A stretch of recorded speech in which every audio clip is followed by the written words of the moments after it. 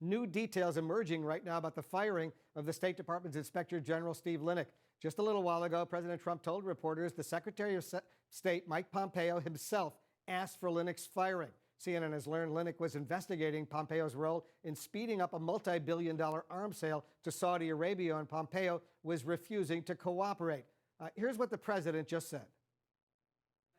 Explain, sir, why you decided to fire the Inspector General at the State Department?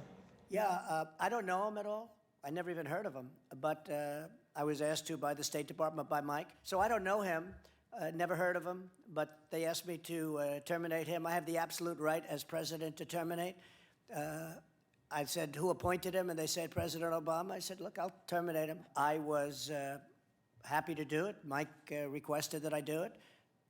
He should have done it a long time ago, in my opinion. He's an Obama appointment, and he had some difficulty. But I just don't know who he is. I don't know. I never heard his name.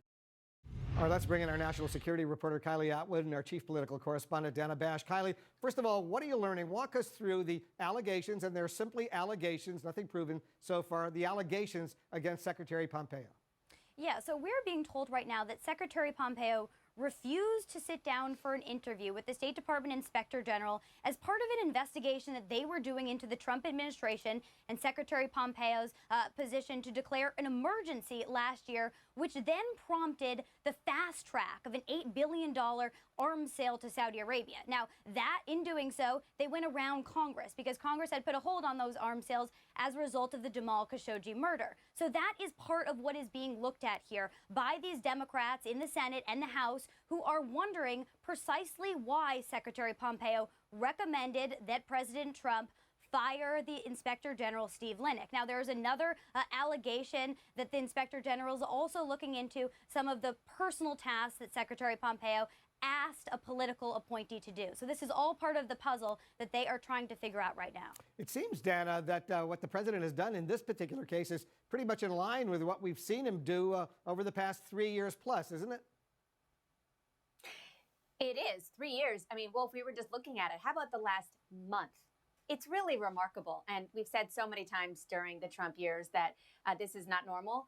This is one of those times where that should be in flashing neon lights.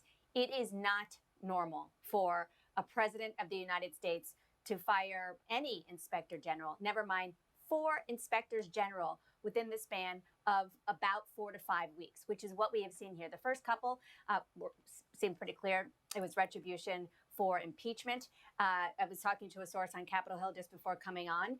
The suspicion was initially that this inspector general at the State Department might have been because of impeachment, because he provided some documents to Capitol Hill over the objection of political appointees, others at the State Department. But as Kylie just said, her excellent reporting, the feeling on Capitol Hill as well, those who do oversight of the State Department, is that it was those 2 investigations that made the Secretary of State look bad. And just think about what the president just said, the clip you just ran, Wolf. The president, kind of threw the Secretary of State under the bus. Although throwing him under the bus is what it would be in normal times. If he doesn't really care, I guess they're all just kind of doing everything that seems so inappropriate, even though it is legal. They're doing it in plain sight.